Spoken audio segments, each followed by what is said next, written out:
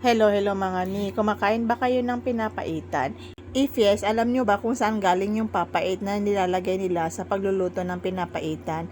Karaniwan kasi sa mga Ilocano mga mi, mas gusto nila ito kaysa sa apdo.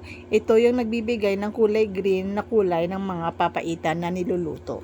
Actually, alam ko naman na galing yan sa stomach, pero mga mi, first time ko kasi mapanood kung paano nila kuhanin yung tinatawag nilang papait. Ito yung stomach ng kambing mga mami. Tapos, pag binuksan yan, andyan yung mga kinain niyang mga damo mga mami. Andyan yung stomach. Hindi pa yan tae mga mami. Mga nanguya lang yan na tapos andoon sa stomach nung kambing mga mami o kaya nung baka. Pagkabukas niyan mga mami, kukunin niyan yung mga laman na nandoon sa loob, tapos pipigain yung juice niyan mga mami. So lahat ng yan pipigain nila, tapos after that, iyan yung iboboil nila, tapos saka siya ihalo doon sa lulutuin nilang pinapaitan.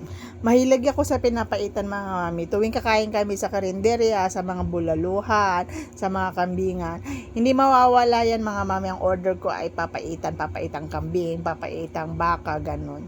Mahilig ako dyan. Pero mga mami, first time ko mapanood kung paano siya i-extract yung juice na ginagamit dito. Honestly, medyo matras yung sikmura ko.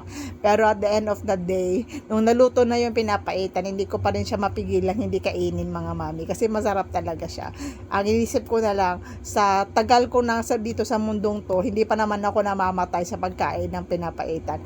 Kaya tayong mahilig dito sa pinapaitan, tuloy lang tayo sa pagkain nito mga mami. Tignan nyo naman kung gaano karami ng papait yung nakuha niya mga mami.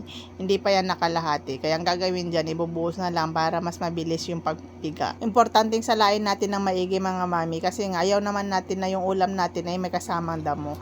Pag pinakuluan nga yan mga mami, bago ibuhos ulit sa pinapaitan, isinasala ulit para masiguradong walang kasamang maliliit na damo yung papait natin.